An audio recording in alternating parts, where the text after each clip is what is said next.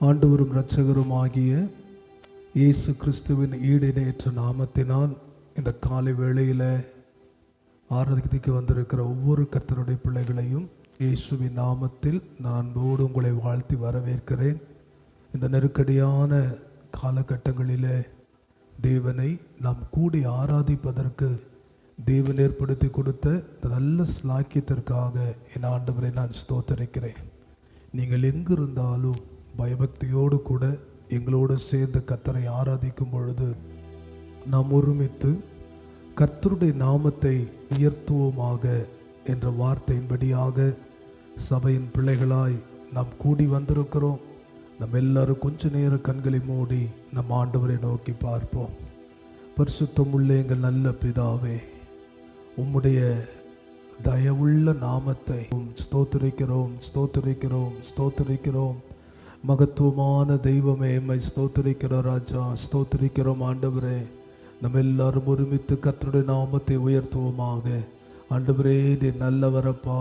இந்த காலை வேளையில் உம்முடைய சமூகத்தை நோக்கி பார்க்க நீர் பாராட்டுகிற எல்லா இரக்கங்களுக்காக நாங்கள் கோடி நன்றி செலுத்துகிறோம் ஆண்டவரே. நீர் ஒருவரே தேவன் ஆண்டவரே, நீர் ஒருவரே ஆராதிக்கப்படத்தக்கவர் ஆண்டவரே, நீர் ஒருவரே பரிசுத்தமுள்ள தேவன் ஆண்டவரே. இசப்பா, நாங்கள் வேதத்தில் வாசிக்கிறோம், எகிப்திலே அடிமைகளாயிருந்த உம்முடைய ஜனங்களை ஆண்டவரே விடுதலையாக்கி ஆராதிக்க நீர் நினைத்த பொழுது பார்வோன் நிமித்தமாக எத்தனையோ தடைகள், எத்தனையோ போராட்டங்கள் வந்த போதிலும் கர்த்தாவே நீர் தம்முடைய ஜனங்களை விடுவித்து ஆண்டவரை கொண்டு வந்து ஆராதிக்க வைத்தீர் ஆண்டவரே.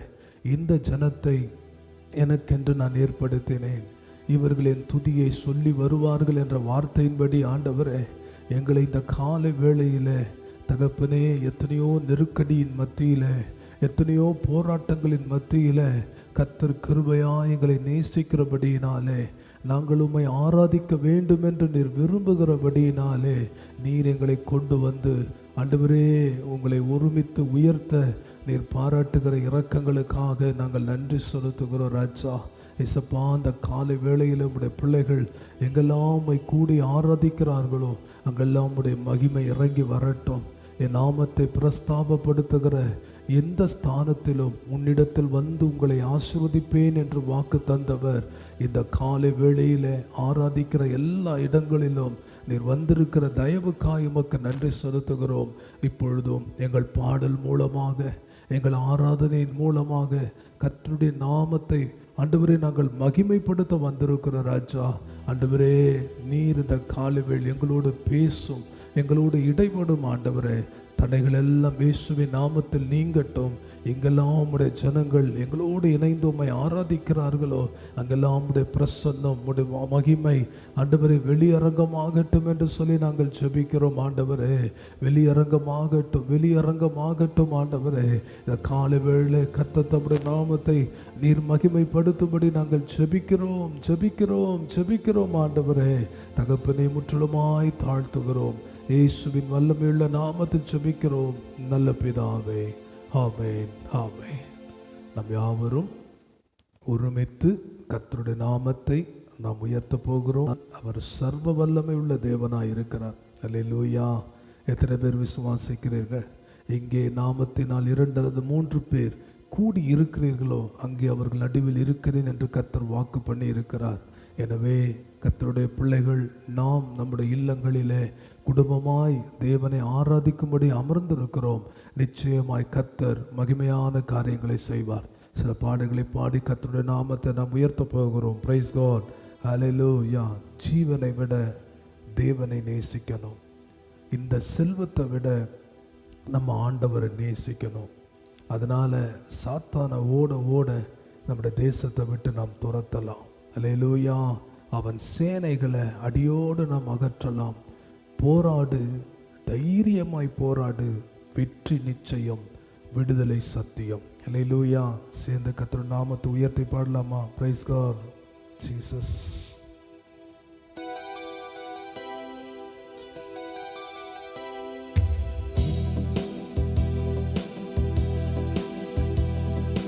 ஜீவனை விட தேவனை நேசிக்கணும், இந்த செல்வத்தை விட கர்த்தரை நேசிக்கணும்.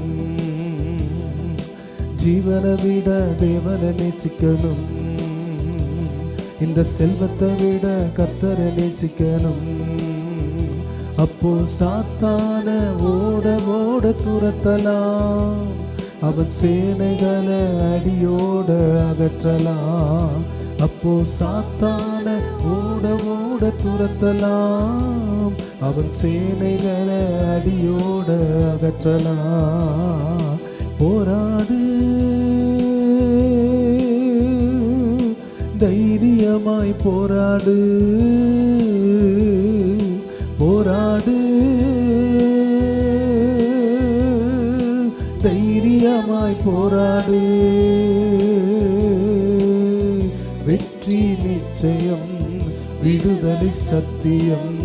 வெற்றி நிச்சயம், விடுதலை சத்தியம்.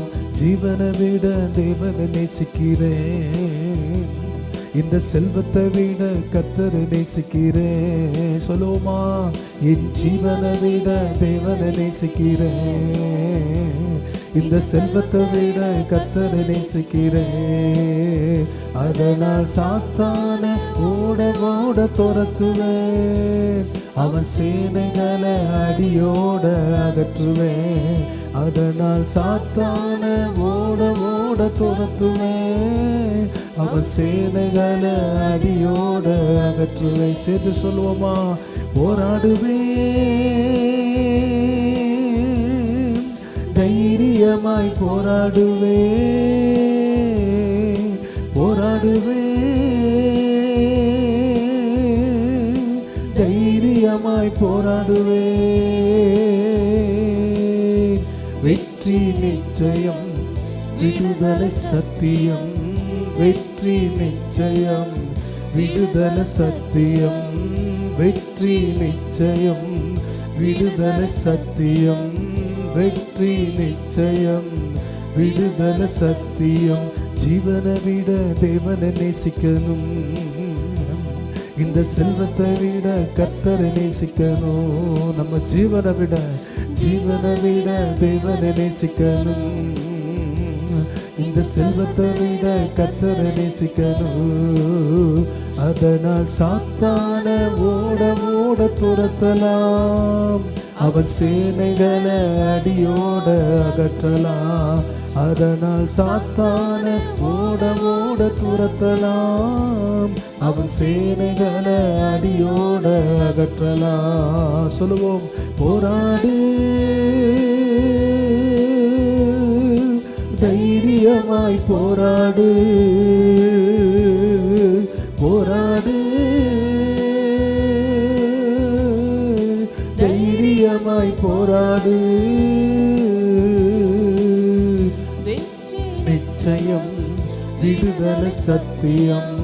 வெற்றி நிச்சயம், விடுதலை சத்தியம். வெற்றி நிச்சயம், விடுதலை சத்தியம். வெற்றி நிச்சயம், சேர்த்து சொல்லுவோமா? இவனை விட தேவனை நேசிக்கிறேன், இந்த செல்வத்தை விட கர்த்தரை நேசிக்கிறேன். ஆமென். ஜீவனை விட தேவனை நேசிக்கிறேன், என் செல்வத்தை விட கர்த்தரை நேசிக்கிறேன். அதனால் சாத்தான ஓட ஓட துரத்துவேன், அவன் சேனைகளை அடியோட அகற்றுவேன். அதனால் சாத்தான ஓட ஓட துரத்துவேன், அவன் சேனைகளை அடியோட அகற்றுவேன். போராடுவேன், தைரியமாய் போராடுவேன், போராடுவேன், நான் தைரியமாய் போராடுவேன். வெற்றி நிச்சயம், விடுதலை சத்தியம், வெற்றி நிச்சயம். விடுதலை சத்தியம், நமக்கு வெற்றி நிச்சயம். விடுதலை சத்தியம், வெற்றி நிச்சயம். விடுதலை சத்தியம். நல்ல கைகளை தட்டி கர்த்தரை மகிமைப்படுத்துவோமா? ஹல்லேலூயா, ஆமென். இன்னைக்கு எல்லா மனிதர்களும் ஜீவனுக்காகத்தான் பயந்து பயந்து பயந்து இன்னைக்கு நடுங்கிட்டு இருக்கிறாங்க. ஹல்லேலூயா. அதனால தான் சொல்லப்படுகிறது, கிறிஸ்து எனக்கு ஜீவன், சாவு எனக்கு ஆதாயம். ஹல்லேலூயா. நம்முடைய ஜீவனை விட ஜீவன் தந்த தேவனை நான் அதிகமாய் நேசிக்கிறேன். இந்த செல்வத்தை விட இந்த செல்வங்களை கொடுத்த என் ஆண்டவரை அதிகமாய் நேசிக்கிறேன். ஹல்லேலூயா.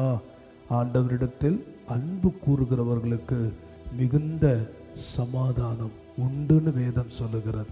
எனவே ஆண்டவரை நேசியுங்கள், கர்த்தர் நல்லவராய் இருக்கிறார். இன்னொரு பாடலை பாடி ஆண்டவருடைய நாமத்தை நாம் உயர்த்த போகிறோம். உங்கள் துக்கம் சந்தோஷமாய் மாறும், உங்கள் கண்ணீர் கவலை எல்லாம் இன்றே மறைந்துவிடும். சொல்லுங்க அல்லேலூயா, அல்லேலூயா, ஆமென். நல்லதொரு போராட்டத்தை போராடுவோம், விசுவாசத்தை காத்து கொள்வோம். நீதியின் கிரீடத்தை கர்த்தர் நமக்காக வைத்திருக்கிறார். எத்தனை பேர் விசுவாசிக்கிறீங்க? இது ஒரு போராட்டமான ஒரு நாட்கள், இது போராட்டமான ஒரு காலகட்டங்கள், இது தொடர்ந்து நீடிக்காது. ஆமென். ஒரு நாள் எல்லாவற்றுக்கும் ஒரு முடிவை கர்த்தர் நிச்சயமாய் அவர் கட்டளையிட போதுமானவராய் இருக்கிறார். ஆகவே கர்த்தருடைய பிள்ளைகள் சேர்ந்து உங்கள் துக்கம் சந்தோஷமாய் மாறும். Praise God.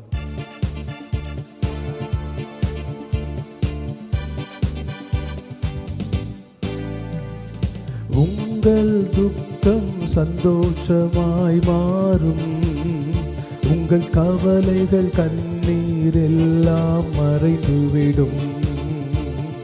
உங்கள் துக்கம் சந்தோஷமாய் மாறும், உங்கள் கவலைகள் கண்ணீர் எல்லாம் மறைந்துவிடும். கலங்காதே மகனே, கலங்காதே மகளே, ஆமென். கலங்காதே மகனே, கலங்காதே மகளே, என் இயேசு கைவிட மாட்டார், என் இயேசு கைவிட மாட்டார். கடந்ததை நினைத்து கலங்காதே, நடந்ததை மறந்துவிடு. கடந்ததை நினைத்து கலங்காதே, நடந்ததை மறந்துவிடு. கர்த்தர் புதியன செய்திடுவார், இன்றே நீ காண்பார். நம் கர்த்தர் புதியன செய்திடுவார், இன்றே நீ காண்பாய், இன்றே நீ காண்பாய். கலங்கிடவே வேண்டாம், கலங்கிடவே வேண்டாம், கலங்கிடவே வேண்டாம், கலங்கிடவே வேண்டாம். என் இயேசு கைவிட மாட்டார், என் இயேசு கைவிட மாட்டார். நொறுங்குண்ட இதயம் தேற்றுகிறார், உடைந்த உள்ளம் தாங்குகிறார். நொறுங்குண்ட இதயம் தேற்றுகிறார், உடைந்த உள்ளம் தாங்குகிறார். உன் காயங்கள் அனைத்தையும் கட்டுகிறார், கண்ணீர் துடைக்கிறார். உன் காயங்கள் அனைத்தையும் கட்டுகிறார், கண்ணீர் துடைக்கிறார், கண்ணீர் துடைக்கிறார். கலங்கிடவே வேண்டாம், கலங்கிடவே வேண்டாம், இயேசுவே கலங்கிடவே வேண்டாம், கலங்கிடவே வேண்டாம். நம் இயேசு கைவிட மாட்டார், என் இயேசு கைவிட மாட்டார். திராணிக்கு மேலாக சோதிக்கப்பட ஒரு நாளும் விடமாட்டார். தானிக்கு மேலாக சோதிக்கப்பட ஒரு நாளும் விடமாட்டார். தாங்கி தாங்கிடும் பலம் தருவார், தப்பிச் செல்ல வழி செய்வார். அதை தாங்கிட பலம் தருவார், தப்பிச் செல்ல வழி செய்வார், தப்பிச் செல்ல வழி செய்வார். கலங்கிடவே வேண்டாம், கலங்கிடவே வேண்டாம், கலங்கிடவே வேண்டாம், கலங்கிடவே வேண்டாம். என் இயேசு கைவிட மாட்டார், என் இயேசு கைவிட மாட்டார். நல்லதோர் போராட்டம் போராடுவோம், விசுவாசம் காத்து கொள்வோம். நல்லதோர் போராட்டம் போராடுவோம், விசுவாசம் காத்து கொள்வோம். நீதியின் கிரீடம் நமக்கு உண்டு, நேசர் வருகையில் தந்திடுவார். நீதியின் கிரீடம் நமக்கு உண்டு, நேசர் வருகையில் தந்திடுவார், நேசர் வருகையில் தந்திடுவார். கலங்கிடவே வேண்டாம், கலங்கிடவே வேண்டாம், இயேசுவே கலங்கிடவே வேண்டாம், கலங்கிடவே வேண்டாம். என் இயேசு ஆமென், என் இயேசு கைவிட மாட்டார். மாலையில் மகனே அழுகின்றாயா, காலையில் மாலையில் மகனே அழுகின்றாயா, காலையில் அகமகிழ்வாய். நித்திய பேரானந்தம் நேசரின் சமூகத்திலே, நித்திய பேரானந்தம் நேசரின் சமூகத்திலே, நம் நேசரின் சமூகத்திலே.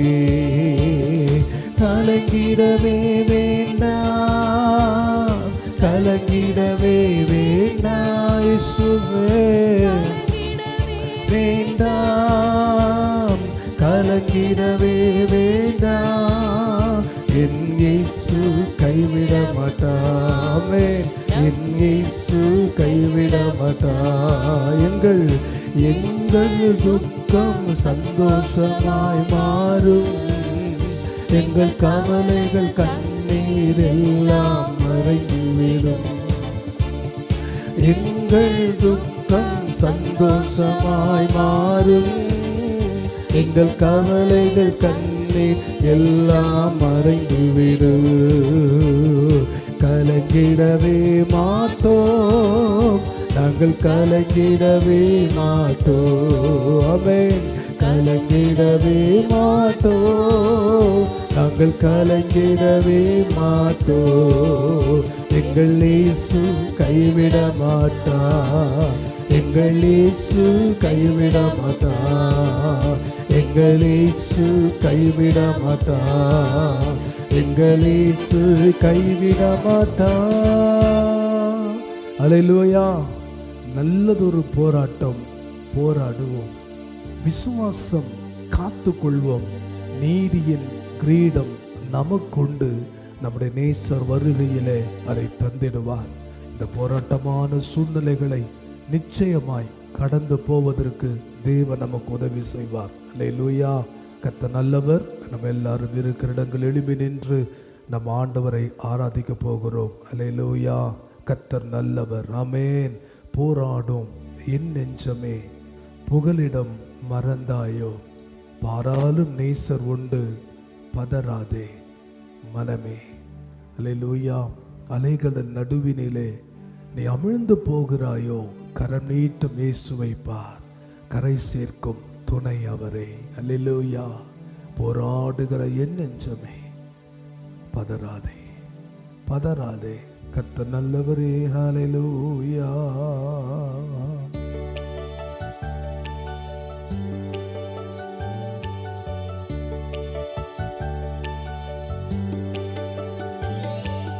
போராடும் என் நெஞ்சமே புகலிடம் மறந்தாயோ, பாராளும் இயேசுவுண்டு,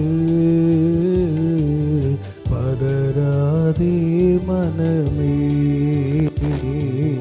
போராடும் என் நெஞ்சமே, புகலிடம் மறந்தாயோ, பாராளும் ஈஸ்வருண்டு, பதறாதே மனமே. அலைகடல் நடுவினிலே அமிழ்ந்து போகின்றாயோ, அலைகடல் நடுவினிலே அமிழ்ந்து போகின்றாயோ, கரம் நீட்டும் இயேசுவை பார், கரை சேர்க்கும் துணையவரே, கரம் நீட்டும் இயேசுவை பார், கரை சேர்க்கும் துணையவரே.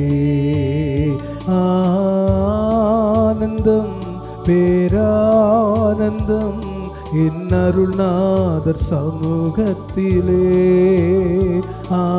ஆனந்தம் பேரானந்தம் என் அருள்நாதர் சமூகத்திலே, போராடும் என் நெஞ்சமே, புகலிடம் மறந்தாயோ, பாராளும் இயேசுவுண்டு, பதறாதே மனமே. சொல்லுமா, போராடும் என் நெஞ்சமே, புகலிடம் மறந்தாயோ, பாராடும் இயேசுவுண்டு, பதறாதே மனமே. கடந்ததை நினைத்து தினம் கண்ணீர் வடிக்கின்றாயோ, கடந்ததை நினைத்து தினம் நீர் கண்ணீர் வடிக்கின்றாயோ, நடந்ததெல்லாம் நடந்ததெல்லாம் நன்மைக்கே. நன்றி சொல்லுவோமா, நன்றி சொல்லுவோம், நன்றி நன்றி சொல்லு, ஓ நடந்ததெல்லாம் நன்மைக்கே, நன்றி நன்றி சொல்லு. ஆனந்தம் பேரானந்தம் என் அருள்நாதர் சமூகத்திலே, ஆனந்தம் பேரானந்தம் என் அருள்நாதர் சமூகத்திலே, போராடும் என் நெஞ்சமே, புகலிடம் மறந்தாயோ, பாராளும் ஈஸ்வருண்டு, பதறாதே மனமே. ஆமென். போராடும் என் நெஞ்சமே, புகலிடம் மறந்தாயோ, பாராளும் இயேசுவுண்டு, பதறாதே மனமே. வருங்கால பயங்கள் எல்லாம் வாட்டுதோ அனுதினமும், ஓ வருங்கால பயங்கள் எல்லாம். எதிர்காலத்தை குறித்து பயப்படுறீங்களா? வாட்டுதோ அனுதினமோ, அருள்நாதர் இயேசுவிடம் அவன் அனைத்தையும் கொடுத்து விடு. நம் அருள்நாதர் இயேசுவிடம் அனைத்தையும் கொடுத்து விடு. ஆனந்தம் பேரானந்தம் என் அருள்நாதர் சமூகத்திலே. ஹல்லேலூயா. ஆனந்தம் பேரானந்தம் என் அருளால் சமூகத்திலே. போராடும் என் நெஞ்சமே ஆமென், புகலிடம் மறந்தாயோ. பாராளும் நேசமுண்டு, பதறாதே மனமே. போராடும் என் நெஞ்சமே, புகலிடம் மறந்தாயோ. பாராளும் இயேசுவுண்டு, பதறாதே மனமே. நண்பன் கைவிட்டானோ, நீ நம்பினோர் எதிர்த்தனரோ. நண்பன் கைவிட்டானோ, நீ நம்பினோர் எதிர்த்தனரோ. கைவிடா நம் தேவனே, கரம் பற்றி நடந்திடு. ஆஹா, கைவிடா நம் தேவனின் கரம் பற்றி நடந்திடு. ஆனந்தம் பேரானந்தம் என் அருளாதர் சமூகத்திலே. ஆனந்தம் பேரானந்தம் என் அருளாதர் சமூகத்திலே. போராடும் என் நெஞ்சமே, புகலிடம் மறந்தாயோ. பாராடும் நேசமுண்டு, பதறாதே மனமே. சேர்ந்து சொல்லுவோமா? போராடும் என் நெஞ்சமே, புகலிடம் மறந்தாயோ. பாராடும் நேசமுண்டு, பதறாதே மனமே. வருங்கால பயங்கள் எல்லாம் வாட்டுதோ அனுதினமும். ஓஹோ, வருங்கால பயம், எதிர்காலத்தை குறிச்சு நம்பிக்கை இல்லாம இருக்கிறீங்களோ? அனுதினமு அருணாதரேசுவிட அனைத்தையும் கொடுத்து விடு, அனைத்தையும் கொடுத்து விடு. உன்னை ஆதரிக்கிறவர், உன்னை நடத்துகிறவர், உன்னை காப்பாற்றுகிறவர், அவரிடத்தில் எல்லாவற்றும் பாரத்தையும் கொடுத்து விடு. ஆனந்தம் பேரானந்த என் அருளாதர் சமூகத்தில். எல்லா துக்கங்கள் மாறட்டும் அப்பா, எல்லா துயரங்கள் மாறட்டும் ஆண்டவரே. அப்பா, ஆதர் சமூகத்திலே ஆனந்தம் பேரானந்த என் அருளாதர் சமூகத்திலே. ஆனந்த பேரானந்த என் அருளாதர் சமூகத்திலே. போராடும் என் நெஞ்சமே ஆமென், புகலிடம் மறந்தாயோ. பாராளும் இயேசுவுண்டு, பதறாதே பதறாதே பதறாதே மனமே.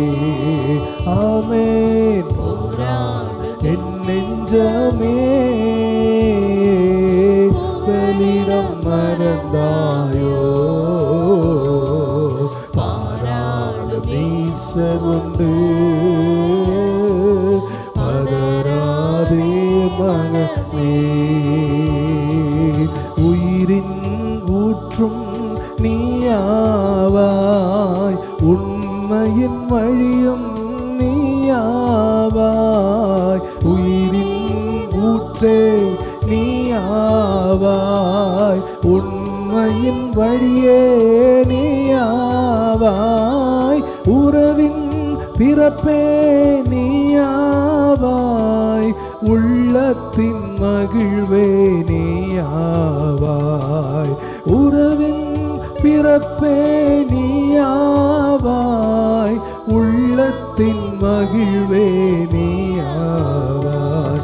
நீரில்லாத நாளெல்லாம் நாளாகுமா, நீரில்லாத வாழ்வெல்லாம் வாழ்வாகுமா, நீரில்லாத நாளெல்லாம் நாளாகுமா, நீரில்லாத வாழ்வெல்லாம் வாழ்வாகுமா.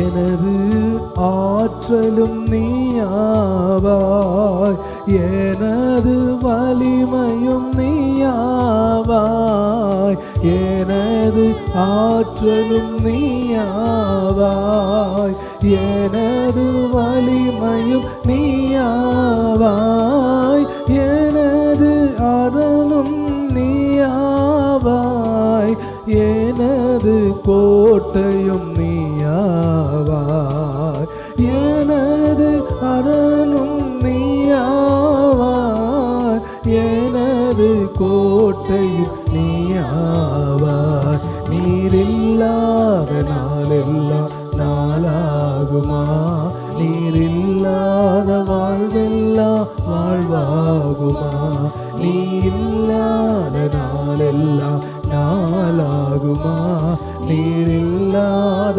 வாழ்வெல்லாம் வாழ்வாகுமா. எனது நினைவும் நீயாவாய், எனது மொழியும் நீயாவாய், எனது நீயாவாய், எனது மொழியும் நீயாவாய், எனது மீட்பும் நீயாவாய், எனது உயிர்ப்பும் நீயாவாய், எனது மீட்பும் நீயாவாய், எனது உயிர்ப்பும் நீயாவாய். நீரில்லாத நாளெல்லாம் நாளாகுமா, நீரில்லாத வாழ்வெல்லாம் வாழ்வாகுமா. சொல்லுவோம், நீரில்லாத நாளெல்லாம் நாளாகுமா, நீரில்லாத வாழ்வெல்லாம் வாழ்வாகுமா. அல்லேலூயா, அல்லேலூயா, அல்லேலூயா, கரங்களை அசைத்து சொல்லுவோமா. இயேசுவே, அல்லேலூயா, அல்லேலூயா,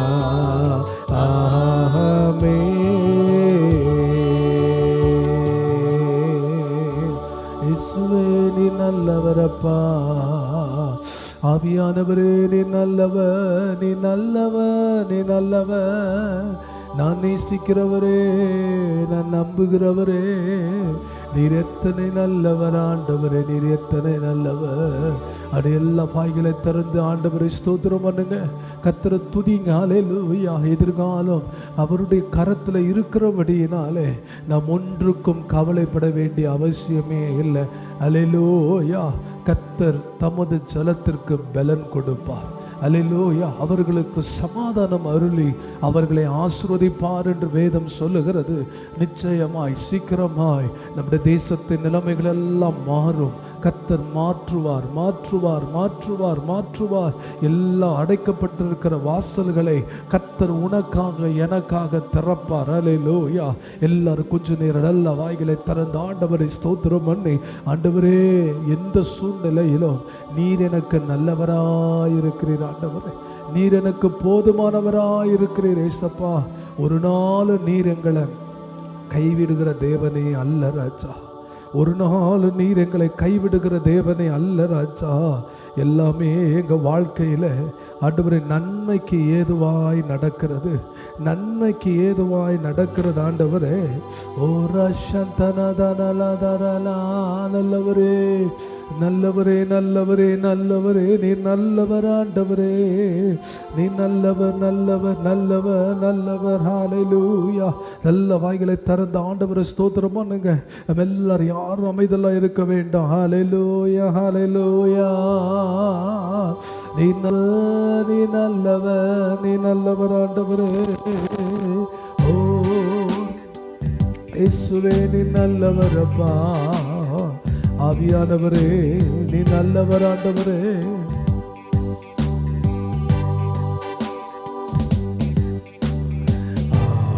ஹல்லேலூயா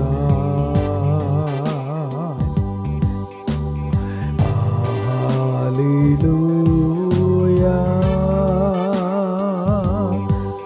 சர்வ வல்லவர் ஆளுகிறார்.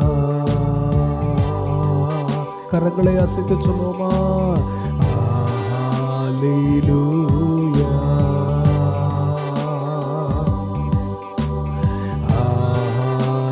ஹல்லேலூயா.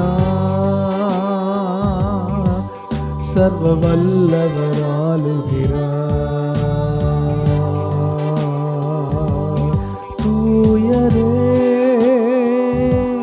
தூயரே சர்வ வல்லவர் நீரே. தூயரே தூயரே சர்வ வல்லவர் நீரே. பாத்திரரே துதி உமக்கே. ஓ நீரே தூயரே தூயரே சர்வ வல்லவர் நீரே. பாத்திரரே துதி உமக்கே.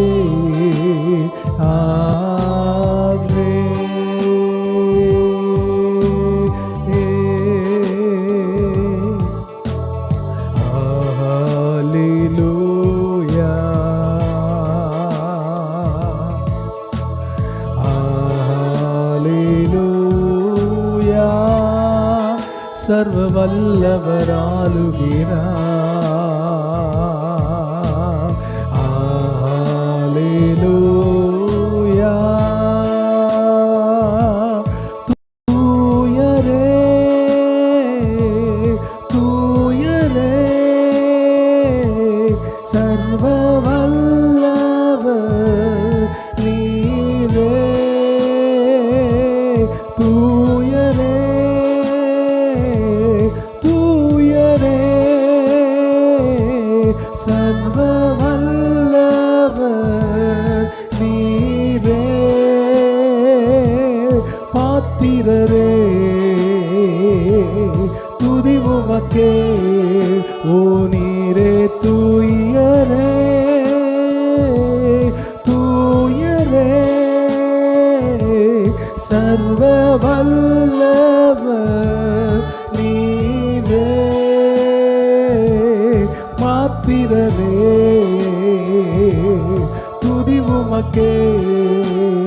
ஆமென். பாத்திரரே துதி உமக்கே. ஆமென். பாத்திரரே துதி உமக்கே.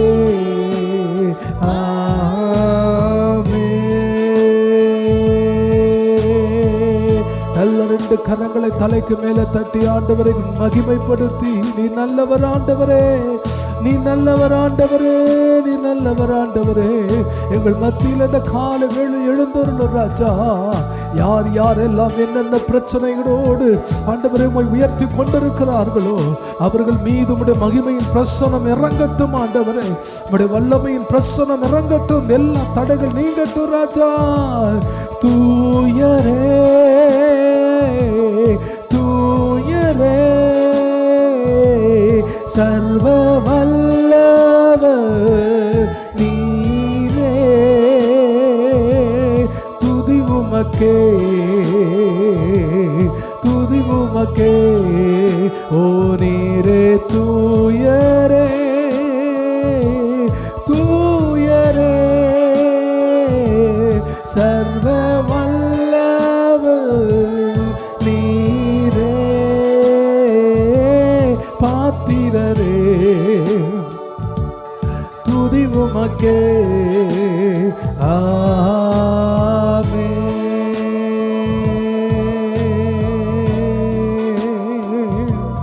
பாத்திரரே துதி உமக்கே.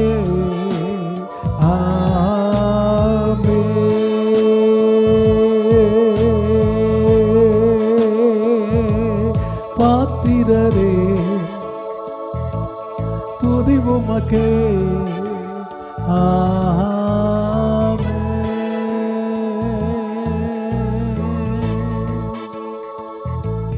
பாத்திரரே துதி உமக்கே.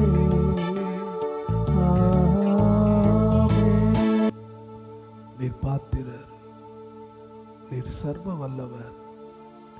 உம்மால் செய்ய முடியாத அதிசயமான காரியங்கள் எதுவுமே இல்லப்பா, எதுவுமே இல்லை. நீர் உம்முடைய நாமத்தை மகிமைப்படுத்துங்க. இயேசுவின் நாமத்தில் ஜெபிக்கிறோம் பிதாவே. ஆமென் ஆமென். உட்கார்வோம்.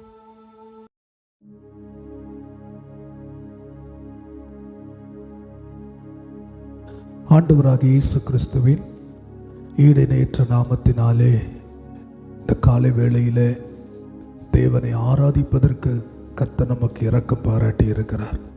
ஆமென் சொல்லுங்க. அல்லேலூயா. இப்பொழுதும் தேவனுடைய வார்த்தைக்கு நேராக நாம் கடந்து செல்ல போகிறோம். ஆமென். இந்த பூமியிலே ஒவ்வொரு மனிதர்களும் படுகிற வேதனைகளை, கஷ்டங்களை, கண்ணீரை ஒவ்வொரு நாளும் நம்ம பார்த்துக்கிட்டு இருக்கிறோம். அல்லேலூயா. கவலைப்படாதீங்க, நம்முடைய மீட்பர் உயிரோடு இருக்கிறார். ஆமென் சொல்லுங்க. அல்லேலூயா.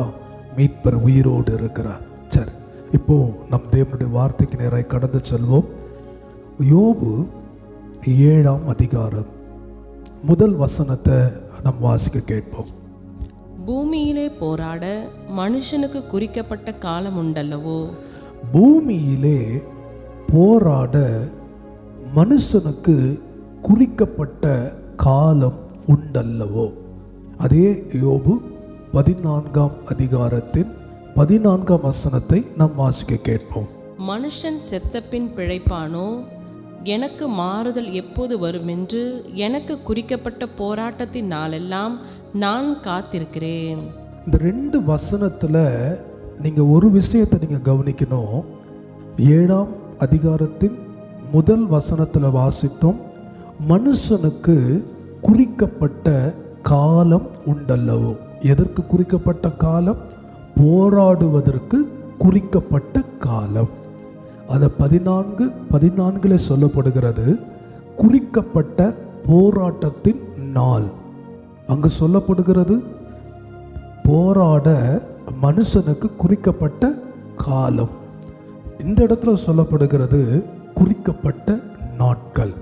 Appointed time, appointed days. Hallelujah. ஒரு மனிதனுடைய வாழ்க்கையில் போராடுவதற்கென்று ஒரு குறிக்கப்பட்ட காலங்களை, குறிக்கப்பட்ட நாட்களை ஆண்டவர் வைத்திருக்கிறார். அதனால்தான் சங்கீதக்காரன் சொல்லும்போது இப்படி சொல்றாரு, நாங்கள் சிறுமைப்பட்ட நாட்களுக்கும் துன்பம் அனுபவித்த வருஷங்களுக்கும் சரியாய் எங்களை மகிழ்ச்சியாக்கும். ஒரு கர்த்தருடைய பிள்ளைங்க நல்லா புரிஞ்சுக்கணும், நம்ம லைஃப்ல காலம் முழுவதும், என் வாழ்க்கை முழுவதும் கஷ்டமா, என் வாழ்க்கை முழுவதும் போராட்டமாக நீங்கள் நினைக்கக்கூடாது. போராட குறிப்பிட்ட குறிக்கப்பட்ட காலம், குறிக்கப்பட்ட நாட்கள். உதாரணமாக இன்னைக்கு ஒரு மனுஷன் காவல்துறையில் போய் அவர் சேரணும்னு நினச்சாருன்னா உடனே கொண்டு போய் அவரை போலீஸாக அப்பாயின்மெண்ட் பண்ணிட மாட்டாங்க.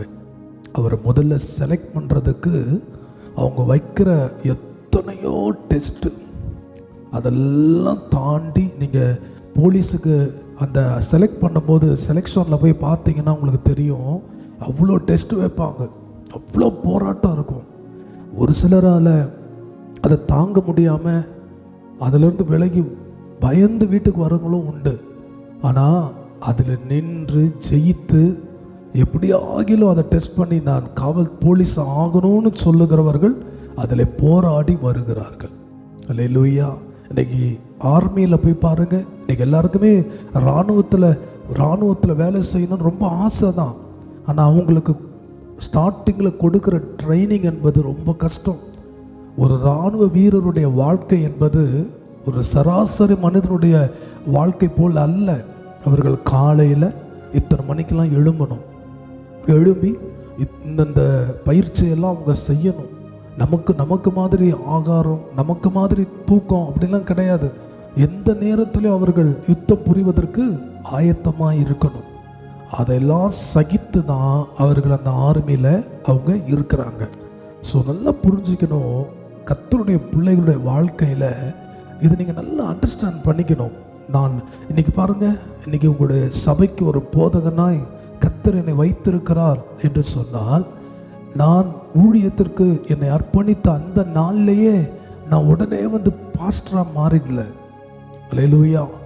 7 ஆண்டுகள் பொறுமையோடு ஊழியத்திற்கு வந்த பிறகும் கூட 7 ஆண்டுகள் எனக்கு நான் பொறுமையோடு காத்திருந்தேன். 7 வருஷம் எந்த சபையும் அல்ல, சபைக்கு போதகனும் அல்ல, ஆமென், எந்த ஒரு காரியமும் இல்லை. 7 ஆண்டுகளுக்கு பிறகுதான் என்னை கர்த்தர் சபைக்கு ஒரு போதகனாய் நியமித்தார். அப்போ அந்த 7 வருஷம் என் வாழ்க்கையில் ஒரு ட்ரைனிங் பீரியட், போராட்டங்களின் பீரியட். அதெல்லாம் தாண்டி அதையெல்லாம் பொறுமையாக அனுபவித்து வந்ததுனால தான் இன்னைக்கு உங்களுக்கு ஒரு போதகனாய் நான் இருக்கிறேன். ஸோ கர்த்தருடைய பிள்ளைங்க அதை மனசில் வச்சுக்கணும். எனக்கு குறிக்கப்பட்ட ஒரு காலம் போராடுவதற்கு ஒரு நாளை கர்த்தர் வைத்திருக்கிறார். சரி, எப்படிப்பட்ட போராட்டம் நமக்கு உண்டுன்னு வேதம் சொல்லுகிறது. வாசியுங்கள், பிலிப்பியர் 1 அதிகாரத்தின் 29 வசனத்தையும் 30 வசனத்தையும் நாம் வாசிக்க கேட்போம். ஏனெனில் கிறிஸ்துவனிடத்தில் விசுவாசிக்கிறதற்கு மாத்திரமல்ல, அவர் நிமித்தமாக பாடுபடுகிறதற்கும் உங்களுக்கு அருளப்பட்டிருக்கிறது. நீங்கள் என்னிடத்திலே கண்டதும் எனக்கு உண்டென்று இப்பொழுது கேள்விப்படுகிறதுமான போராட்டமே உங்களுக்கும் உண்டு. கவனியுங்கள், இந்த பிலிப்பியரில் அப்போஸ்தலனாகிய பவுல் 29 வசனத்திலையும் 30 வசனத்திலையும் இப்படி சொல்றாரு. 30 வசனத்தில், நீங்கள் என்னிடத்தில், பவுலாகிய என்னிடத்தில் கண்டதும் கேள்விப்படுகிறதுமான போராட்டமே உங்களுக்கு உண்டு. அல்லேலூயா. அப்போஸ்தலனாகிய பவுல் சொல்லும்போது சொல்றாரு, நீங்கள் என்னிடத்தில் என்ன கண்டீங்களோ, என்னை குறித்து நீங்கள் என்ன கேள்விப்பட்டீங்களோ அந்த போராட்டமே உங்களுக்கு உண்டு. அல்லேலூயா. ஐயா, நம் வைத்திருக்கிற வேதம் ஒரு நாளும் பொய் சொல்லுகிற வேதம் அல்ல. இன்னைக்கு உங்களுக்கு பிரச்சனையே இல்லை, உங்களுக்கு போராட்டமே வராது அப்படின்னு பைபிள் சொல்லலை. பவுல் சொல்றாரு, போராட்டம் உங்களுக்கு உண்டுன்னு சொல்றாரு. அல்லேலூயா. ஆண்டவராக இயேசு கிறிஸ்து என்ன சொல்றாரு? இந்த உலகத்தில் உங்களுக்கு உபத்திரவம் உண்டுன்றார். அப்போ நிறைய பிள்ளைகளால் ஏன் தாக்கு பிடிக்க முடியல, நிறைய பிள்ளைங்களால் ஏன் கிறிஸ்துவுக்குள்ள நிலைத்திருக்க முடியலன்னு சொன்னால், அவங்க என்னவோ நினச்சி ஆண்டவரை ஏற்றுக்கொள்கிறார்கள். இயேசுவை ஏற்றுக்கிட்டா எனக்கு எந்த பிரச்சனையும் இல்லை, இயேசுவை ஏற்றுக்கிட்டா எனக்கு எந்த போராட்டமும் இல்லை அப்படி அவர்கள் தவறாய் நினைத்து ஆண்டவரை ஏற்றுக்கொள்ளுகிறார்கள். நல்லா புரிஞ்சுக்கணும். அல்லேலூயா. ஒருவன் என்னை பின்பற்றி வர விரும்பினால் அவன் தன்னைத்தானே என்ன பண்ணணும்? வெறுத்து சிலுவையை எடுத்துக்கொண்டு ஆண்டவரை பின்பற்றணும். ஒரு சீஷன் இயேசுவை பின்பற்ற வேண்டும் என்று சொல்லி ஓடி வரான், வாஞ்சையா வரான், ஆசையா வரான். அவனை பார்த்து ஆண்டவர், அப்படியாப்பா நீ என்னை பின்பற்றி வர விரும்புறியா, வாப்பா தாராளமாக பின்பற்றி வா அப்படின்னு சொல்லலை. அவர் சொல்கிறாரு, ஆகாயத்து பறவைகளுக்கு கூடு உண்டு, நரிகளுக்கு குழி உண்டு, ஆனால் மனுஷகுமாரனாகிய எனக்கோ தலை சாய்ப்பதற்கு இடம் இல்லைப்பா. எங்கேயாவது நிம்மதியாக படுத்து உறங்குவதற்கோ எதற்குமே எனக்கு இடம் கிடையாது. அல்லேலூயா அப்படின்னு சொல்கிறார். ஸோ கர்த்தருடைய பிள்ளைகளை, கிறிஸ்துவாகிய இயேசுவை பின்பற்றுவது என்பது அவ்வளவு ஒரு எளிதான வாழ்க்கை அல்ல. ஆமென். ஆனால் அந்த கடினமான வாழ்க்கையிலும் நாம் கடந்து போவதற்கு கர்த்தர் நமக்கு பலன் தருகிறவராயிருக்கிறார். ஆமென் சொல்லுங்க. அல்லேலூயா. அவர் நமக்கு முன்பதாய் கடந்து போயிருக்கிறார், நாம் அவருக்கு பின்பதாய் கடந்து நாம் சென்று கொண்டிருக்கிறோம். ஆனால் எல்லா போராட்டத்திற்கும் ஒரு முடிவு உண்டு. அல்லேலூயா. உன் போராட்டத்தின் காலங்களுக்கு ஒரு முடிவு உண்டு என்பதை மறந்துடாதீங்க. கர்த்தர் நல்லவரே. அல்லேலூயா. ஒரு கர்த்தருடைய பிள்ளைக்கு, ஒரு ரட்சிக்கப்பட்ட ஒரு கர்த்தருடைய பிள்ளைக்கு எதிலெல்லாம் போராட்டம் உண்டு. அல்லேலூயா. ஆமென். அல்லது எதிலெல்லாம் நாம் போராட வேண்டும் என்பதை குறித்து தான் இன்னைக்கு இந்த காலை வேளையில் உங்களோடு நான் பேச விரும்புகிறேன். சொல்லுங்க ஆமென். ஒரு கர்த்தருடைய திரும்ப சொல்லுகிறேன், நீதிமானுக்கு வரும் துன்பங்கள், போராட்டங்கள், நெருக்கங்கள் அநேகமாக இருக்கும். ஆனால் எல்லாவற்றிலிருந்து நம்மை கர்த்தர் விடுதலை ஆக்குவார். எத்தனை பேர் விசுவாசிக்கிறீங்க? சரி, ஒரு கர்த்தருடைய பிள்ளையுடைய வாழ்க்கையில் முதலாவது அவன் எதில் போராடும் எபிரேயர் 12ஆம் அதிகாரத்தின் 4வது வசனத்தை நாம் வாசிப்போம். பாவத்திற்கு விரோதமாய் போராடுகிறதில் இரத்தம் சிந்தப்படத்தக்கதாக நீங்கள் இன்னும் எதிர்த்து நிற்கவில்லையே.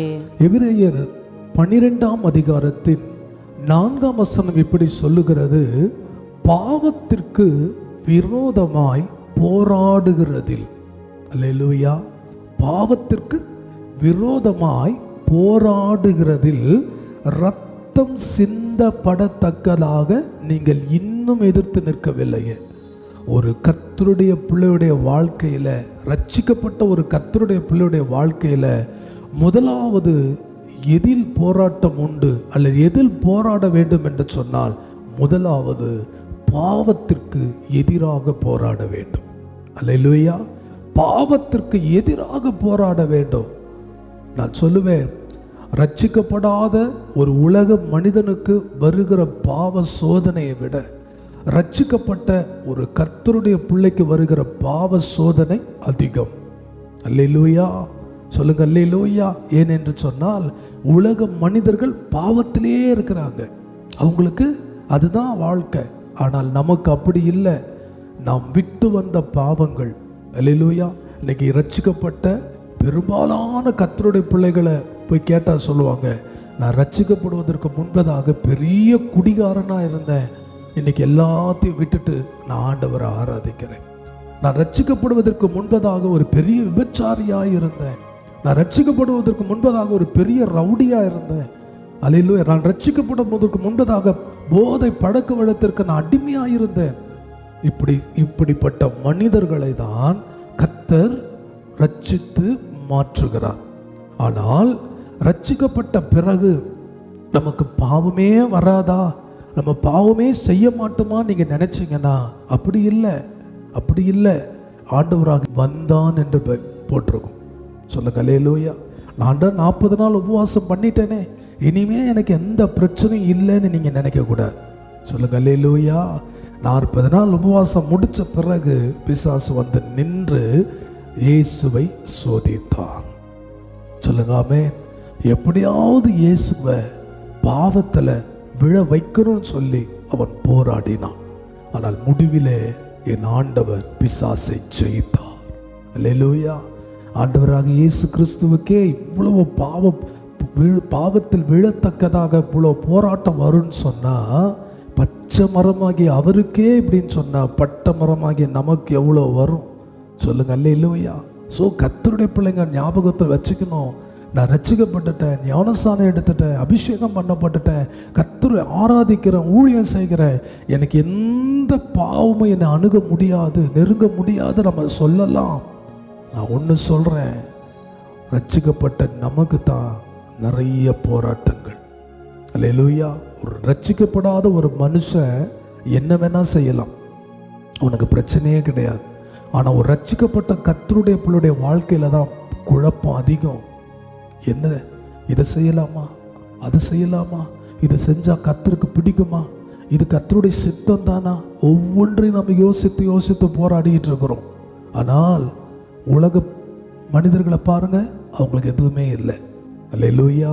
ஆகவே தான் சொல்கிறேன், வேதம் சொல்லுகிறது, நீங்கள் பாவத்திற்கு விரோதமாய் போராடுகிறதில் ரத்தம் சிந்தப்படத்தக்கதாக நீங்க போராடுறீங்க. ஆனா நீங்கள் பாவத்திற்கு எதிரான உங்கள் போராட்டத்தில் ரத்தம் சிந்தும் அளவுக்கு இன்னும் நீங்கள் எதிர்த்து நிற்கவில்லையே. அல்லேலூயா. பாவத்தை நீங்க எதிர்த்து நிற்கலையே. இன்னைக்கு போராட்டம் நடத்துகிறவர்களை கவனிங்க. ஏதாவது ஒரு பிரச்சனை, கவர்மெண்ட்டுக்கு எதிராக ஒரு போராட்டம் நடத்தணும்னு நினைச்சாங்கன்னா என்ன பண்ணுவாங்க? ரோட்டில் இறங்கி போராடுவாங்க. அல்லேலூயா. முதல்ல அமைதியாக போராடுவாங்க. பிறகு அவர்கள் காவல்துறை சொல்லுகிற எதையுமே கேட்க மாட்டாங்க. இன்னும் கொஞ்சம் அராஜகமாக போராடி கடைசியில் அடித்தடி, அல்லேலூயா, நடந்து மண்டை உடஞ்சி கால் உடஞ்சி ரத்தம் சிந்தி போராடுவாங்க. அல்லேலூயா. சிலர் பார்த்தீங்கன்னா போய் தற்கொலை பண்ணி தன்னுடைய போராட்டத்தை தன்னுடைய உச்சகட்டத்துக்கு கொண்டு போயிடுறாங்க. அல்லேலூயா. நான் சொல்லுகிறேன் கர்த்தருடைய பிள்ளைகளை, இன்னைக்கு நம்முடைய தேச விடுதலைக்காக எத்தனை சுதந்திரத்தில் எத்தனை போராட்டக்காரர்கள் தங்களுடைய ஜீவனை கொடுத்துருக்கிறாங்க. ஏன்? எப்படியாவது என் தேசத்திற்கு விடுதலை வேணும், என் தேசத்துக்கு சுதந்திரம் வேணும்னு சொல்லி எத்தனை பேர் ரத்தத்தை சிந்தி இருக்கிறாங்க. அல்லேலூயா. இன்னைக்கு நம்ம ஆராதிக்கிற ஆண்டவராக இயேசு கிறிஸ்து கூட, அவர் வேதம் சொல்லுகிறது, இயேசு என்பதற்கு தம்முடைய ஜனங்களின் பாவங்களை நீக்கி ரட்சிப்பார். எப்படி பாவத்தை நீக்கி ரட்சித்தார்? சும்மாவே நம்முடைய பாவத்தெல்லாம் நீக்கிட்டாரா? இல்லை இல்லை இல்லை. இன்னைக்கு உலகத்தில் பார்த்தீங்கன்னா ஒரு அந்நிய தெய்வங்களுக்கு நம்ம புறஜாதியாக இருக்கும்பொழுது நம்ம கடவுளுக்கு போய் நம்ம ஆடுகளை பலியிட்டோம், கோழிகளை பலியிட்டிருக்கிறோம். ஆமென். அவர்களுடைய வசதிக்கு ஏற்ப காரியங்களை பலியிட்டோம். அந்த குற்றமற்ற ஜீவனுடைய ரத்தத்தை நம்ம கொடுத்துருக்கிறோம். ஏன்? என் குறைகள் நீங்கணும், என் பாவம் நீங்கணும் சொல்லிட்டு. ஆனால் ரட்சிக்கப்பட்ட பிறகு நம்ம ஆண்டவராக இயேசு கிறிஸ்து தன்னுடைய ரத்தத்தை சிந்தி நம்முடைய பாவங்களை நீக்கிவிட்டார். சொல்லுங்க ஆமென். அதனால தான் வேதம் சொல்லுகிறது, இயேசு கிறிஸ்துவின் ரத்தம் சகல பாவங்களை நீக்கி நம்ம என்ன பண்ணுதான், நம்மை சுத்திகரிக்கிறது என்று வேதம் சொல்லுகிறது. அல்லேலூயா. ரத்தம் மட்டும்தான் நம்முடைய பாவங்களை நிவர்த்தி செய்யக்கூடியது. அதனால தான் வேதம் சொல்லுகிறது, நீங்கள் பாவத்திற்கு விரோதமாய் போராடுகிறதுல இன்னும் நீங்க ரத்தம் சிந்தப்படத்தக்கதாக இன்னும் என்ன பண்ணல, நீங்க எதிர்த்து நிற்கலையே. சொல்லுங்காமே, எதிர்த்து நிற்கலையா? இன்னைக்கு ஒரு காரியத்துல 10 பேர் சரின்னு சொல்ற காரியத்தான் 10 பேர் சொல்றாங்கல்ல, அப்ப அது சரியா தான் இருக்கும் அப்படின்னு நம்ம நினைச்சிடறோம். அல்லேலூயா. நம்ம ஒருத்த மாற்றம் எதிர்த்து நின்று அது நியாயமா ஆயிட போதா? யோசிப்பார். வேலை செய்கிற இடத்துல ஒரு தப்பு நடக்குது, ஒரு தவறு அங்கே நடக்குது. அதில் இருக்கிற ஒரு 10 பேரும் அந்த தவறுக்கு உடந்தையாக இருக்கிறாங்க. ஆனால் நீங்கள் நம்ம மட்டும் அங்கே தனியாக நிற்கிறோம். அந்த 10 பேர் சொல்கிறாங்க அது தப்பு இல்லைன்னு சொல்கிறாங்க. அப்போ நம்ம என்ன நினச்சிடறோம்? அவ்வளோ பேர் சொல்கிறாங்கல்ல, அப்போது அந்த காரியம் எப்படி தான் இருக்கும், அது சரியாக தான் இருக்கும்னு சொல்லிட்டு நம்மளும் அந்த பாவத்தில் உடன்படுகிறோம். வேதத்தை நல்லா யோசிச்சு பாருங்க.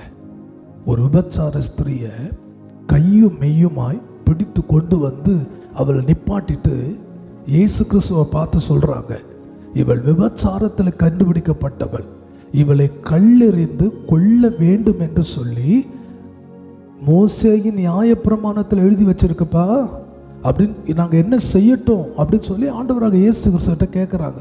நீங்கள் அந்த இடத்த நல்லா பார்த்தீங்கன்னா அங்கே பெரியவங்க மட்டும் இல்லை, சிறியவர்கள் முதல் பெரியவர்கள் வரைக்கும் தங்கள் கையில் கல்லை வச்சிருக்காங்க. ஐயா, ஒரு சின்ன பிள்ளைக்கு பாவத்தை குறித்து என்ன தெரியும்? ஆமே, ஒரு சின்ன பிள்ளைக்கு நல்ல ஒரு பெரியவர்கள் கல்லை கையில் வச்சிருக்காங்கன்னா அது வேற. ஆனால் ஒரு சின்ன பிள்ளை தன் கையை வச்சு கையில் கல்லை வச்சு நின்றுக்கிட்டு இருக்குது அந்த இடத்துல. ஆமே, யோசிச்சு பாருங்க. ஏன் வந்து நிற்கிறோம்? நம்ம என்ன செய்ய போகிறோம் தெரியாமையே கையில் கல்லை வச்சுக்கிட்டு சின்ன பிள்ளை நின்றுக்கிட்டு இருக்குதையா. அப்போ எந்த அளவுக்கு அங்கே ஒவ்வொரு மனுஷனும் இருந்திருக்கு கொஞ்சம் யோசிச்சு பாருங்க. ஆமென், சொல்லுங்க ஆமென், அல்லேலூயா. அப்போ அந்த ஊரே திரண்டு நிற்குது. ஆனால் ஆண்டவராக இயேசு கிறிஸ்து என்ன செஞ்சிருக்கலாம்? அப்படியா? நீங்கள் எல்லாரும் சேர்ந்து சொல்கிறீங்க அவள் பாவம் செஞ்சிட்டான்னு சொல்லிட்டு. ஆமென். ஏன்னா பைபிள் சொல்லுது, இந்த சிறு பிள்ளைகளைப் போல நீங்கள் மாறாவிட்டால். அவள் சின்ன பசங்க கூட கையில் கல்லை வச்சிருக்கிறாங்க அப்படின்னா கரெக்டான விஷயம் தானே. நீங்கள் கல்லெறிஞ்சு கொள்ளுங்க அப்படின்னு சொல்லியிருக்கலாம்ல. நல்லா புரிஞ்சுக்குங்க. அங்கே இருந்த நூற்றுக்கணக்கான ஜனங்கள் அவள் பாவி என்று சொன்னாலும் ஆண்டவராக இயேசு கிறிஸ்து அந்த இடத்துல அவர் வேறு விதமாக யோசித்தார். சொல்லுங்க ஆமென். உங்களில், சின்ன பிள்ளைங்களே உங்களே சேர்த்து தான் சொல்றேன், உங்களில் பாவம் இல்லாதவன் தன் கல்லை எடுத்து முதலாவது எரிய கடவன். நல்லா யோசிச்சு பாருங்க. பெரியவங்களும் கல்லை கீழே போட்டு போயிட்டாங்க, சின்ன பிள்ளைகள் கூட அங்கே நிற்கலை. அப்படின்னா என்ன அர்த்தம்? யோசிச்சு பாருங்க. சிறு பிள்ளைகள் கூட, அவங்க அடிச்சிருக்கலாம்ல கல்லை எடுத்து, அவங்க கூட அங்கே நிற்கலை. அல்லது வேதம் சொல்லுகிறது, நம்மில் பாவம் இல்லை என்று நாம் சொல்வோமானால் நாம் நம்மை நாமே வஞ்சிக்கிறோம். அல்லேலூயா. இன்னைக்கு நிறைய பேர் நினைச்சுக்கிட்டு இருக்கிறோம், நான் என்ன தப்பு பண்ணியிருக்கிறேன், நான் என்ன அப்படி பாவம் பண்ணிட்டேன், ஊரில் யாரும் செய்யாத தப்பையா நான் செஞ்சிட்டேன். இன்னைக்கு பாவம் செய்கிற மனிதர்களை விட தான் செய்த தவற ஒத்துக்கொள்ளாமல் இருப்பது தான் ஆண்டவருக்கு ரொம்ப வேதனையாக இருக்குது. மற்றவங்க தப்போட கம்பேர் பண்ணால் என் தப்பு ஒன்றும் ரொம்ப பெருசு இல்லை. ஆமே, மற்றவர்களுடைய பாவத்தையும் கம்பேர் பண்ணால் என் பாவம் ஒன்றும் ரொம்ப பெருசு இல்லை அப்படிதான் நினச்சி வாழ்ந்துக்கிட்டு இருக்கிறோம். இன்னைக்கு ரட்சிக்கப்பட்ட கர்த்தருடைய பிள்ளைகள் பாவத்தோடு காம்ப்ரமைஸ் ஆயிட்டீங்க. அல்லேலூயா. ஒரு சினிமா பாட்டை கேட்டால் என்ன தப்பு? ஆமே, ஒரு சினிமா ஸ்டேட்டஸ் வச்சா என்ன தப்பு? இன்னைக்கு ரட்சிக்கப்பட்ட கர்த்தருடைய பிள்ளைகள், ஊழியத்திற்கு உதவியாக இருக்கிற கர்த்தருடைய பிள்ளைகள், இன்னைக்கு உங்கள் செல்ஃபோன் சுத்தமாக இருக்குதா? நீங்கள் யூஸ் பண்ணுற செல்ஃபோன் சுத்தமாக இருக்கா?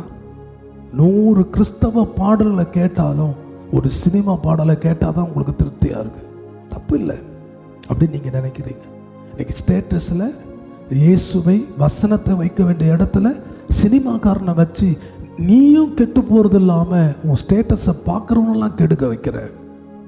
தம்பி தங்கச்சி, நல்லா புரிஞ்சுக்குங்க. நீ போடுகிற ஒவ்வொரு காரியமும் தேவனை மகிமைப்படுத்துதான்றதை பாரு. அல்லேலூயா. வேதனையாக இருக்கிறது இன்னைக்கு சபை பிள்ளைகளோட காரியங்கள் வேதனை. ஏன்னா இன்னைக்கு எல்லாம் அப்படி பழகிட்டோம், காம்ப்ரமைஸ் ஆகிட்டோம். இதெல்லாம் தப்பு இல்லை. ஒரு சினிமா பாட்டை கேட்கறதுனால என்ன தப்பு இருக்கு? ஒரு சினிமா பாடலை கேட்கறதுனால என்ன தப்பு இருக்கு? அல்லேலூயா. ஆமென். ஜாக்கிரதை. பாவத்தோடு ஒத்து போவாத, பாவத்தோடு காம்ப்ரமைஸ் ஆகாத. ஆமென். தப்புன்னா தப்புன்னு சொல்லு, சரின்னா சரின்னு இல்லை. ஆமென். ஒருவேளை நீங்க நினைக்கலாம், நான் அப்படி நின்னா என் வேலை போயிருமே. பரவாயில்லையா, இந்த வேலை போச்சுன்னா இன்னொரு வேலையை கர்த்தர் தருவார். அல்லேலூயா. சொல்லுங்க அல்லேலூயா. கூட இருக்கிறோம் லஞ்சம் வாங்குறன்றதுக்காக நீங்க லஞ்சம் வாங்கக்கூடாது. கூட இருக்கிறவன் பாசை ஏமாத்துறதுக்கு நீங்க உடனே இருக்கக்கூடாது அங்க. ஆமென். வேதத்தில் ஆதியாகமம் 37ஆம் அதிகாரத்தின் 2வது வசனத்தை நீங்க கவனிங்க. ஆதியாகமம் 37ஆம் அதிகாரத்தின் 2வது வசனம். யாக்கோபுடைய சந்ததியின் வரலாறு. யோசேப்பு 17 வயதிலே தன் சகோதரனுடனே ஆடுகளை மேய்த்து கொண்டிருந்தான். அந்த இளைஞன் பில்காள் சில்பால் என்னும் தன் தகப்பனுடைய மறுமனை ஆட்டிகளின் குமாரரோடு இருந்து அவர்களுடைய துன்மார்க்கத்தை தன் தகப்பனுக்கு சொல்லி வருவான். யோசேப்பு தன் சகோதரருடனே ஆடுகளை மேய்த்து கொண்டிருந்தான். தன் சகோதரனோடு கூட இருந்தான். அவர்களுடைய துன்மார்க்கத்தை தன் தகப்பனுக்கு சொல்லி வருவான். கவனிச்சிங்களா? யோசேப்பு தன் சகோதரர்கள் தான் அவங்களோடு கூட சேர்ந்து இவனும் ஆடு மேய்ச்சிக்கிட்டு இருந்தான். ஆனால் அவன் ஒரு காரியம் செய்வான், தன்னுடைய சகோதரர்களுடைய தவறுகளை யார்கிட்ட போய் சொல்லுவான்? தகப்பன்கிட்ட போய் சொல்லுவான். ஆமே. இன்னைக்கு சில வீடுகளில் அண்ணன் தம்பி 2 பேர் இருப்பாங்க ஒரு வீட்டுக்குள்ள. அவன் செய்கிற தப்புக்கு இவன் உடந்த, இவன் செய்கிற தப்புக்கு அவன் உடந்த. 2 பேரும் சேர்ந்து யாருக்கு மறைப்பாங்க? பெற்றோருக்கு மறைப்பாங்க. ஆமே. நான் செய்கிறத நீ சொல்லாத, நீ செய்கிறத நான் சொல்ல மாட்டேன். 2 பேரும் காம்ப்ரமைஸ் ஆகிடுவாங்க. சபைக்குள்ள சில விசுவாசிகளுக்கு சில விசுவாசிகள் உடந்தை ஆயிடுவாங்க. பாஸ்டர்ட்ட சொல்ல வேண்டாம், ஜாக்கிரதை. வேதம் சொல்லுது, யோசேப்பு தன் சகோதரனுடைய துன்மார்க்கத்தை யாருக்கு சொன்னான்? தகப்பனுக்கு சொன்னான். இன்னைக்கு நீ ஒரு பாவத்தை மறைக்கிறதுனால அல்லேலூயா அவனுடைய வாழ்க்கையை நீ கெடுத்து போடுகிறாய். அல்லேலூயா, கெடுத்து போடுகிறாய். ஒருவேளை நீ உன் தகப்பனிடத்துல இந்த துன்மார்க்கத்தை சொன்னா, ஒருவேளை தகப்பன் அல்லவா கொண்டு போட்டுற மாட்டாங்க, அழிச்சு போட்டுற மாட்டாங்க, கொலை பண்ணிட மாட்டாங்க. தன் பிள்ளையை திருத்துவதற்கு ஏதாவது வழி இருக்கான்னு பார்ப்பாங்க. அல்லேலூயா. இன்னைக்கு நம்ம அப்படி இருக்கிறோமா? சகோதரா, நீ வேலை செய்கிற இடத்துல யாரோ செய்கிற தப்புக்கு நீ உடந்தையா போகாத. ஒருவேளை இதுவரைக்கும் அவர்கள் செய்த தவறுக்கு நீங்க உடந்தையா இருப்பேன்னு சொன்னா, இன்னைக்கு ஆண்டவர்கிட்ட மன்னிப்பு கேளு. உன் எஜமானுக்கு நீ துரோகம் பண்ணக்கூடாது. நீ ஒரு கிறிஸ்தவன் என்று நம்பித்தான் உன் எஜமான் உன்னை வேலையில வச்சிருக்கிறார். நீ மற்ற மனிதரோடு சேர்ந்து உன் எஜமானுக்கு விரோதமாய் துரோகம் பண்ணக்கூடாது. அல்லேலூயா. எதிர்த்து நில்லுங்க, பாவத்துக்கு எதிர்த்து நில்லுங்க. அதனால 2 அடி வாங்கினா கூட பரவாயில்ல. ஐயோ, நான் சொன்னா என்ன அடிச்சிருவாங்களே. அதான் வேதம் சொல்லுகிறது, ரத்தம் சிந்தத்தக்கதாக என்ன எதிர்த்து நிற்கலையே. ஆமென். யோசேப்பு இப்படி தன் சகோதரனுடைய குறைவுகளை, துன்மார்க்கத்தை தன் தகப்பனிடத்துல சொன்னதுனால அவனை கொல்லணும், அழிக்கணும்னு சொல்லி எவ்வளவோ திட்டங்களை சகோதரர்கள் போட்டார்கள். ஆமென். ஒரு முறை அடிச்சு அவனை குழியில போட்டாங்க. அவனை அவ்வளவுதான் நினைச்சிட்டாங்க. அவனை கர்த்தர் விட்டுட்டாரா?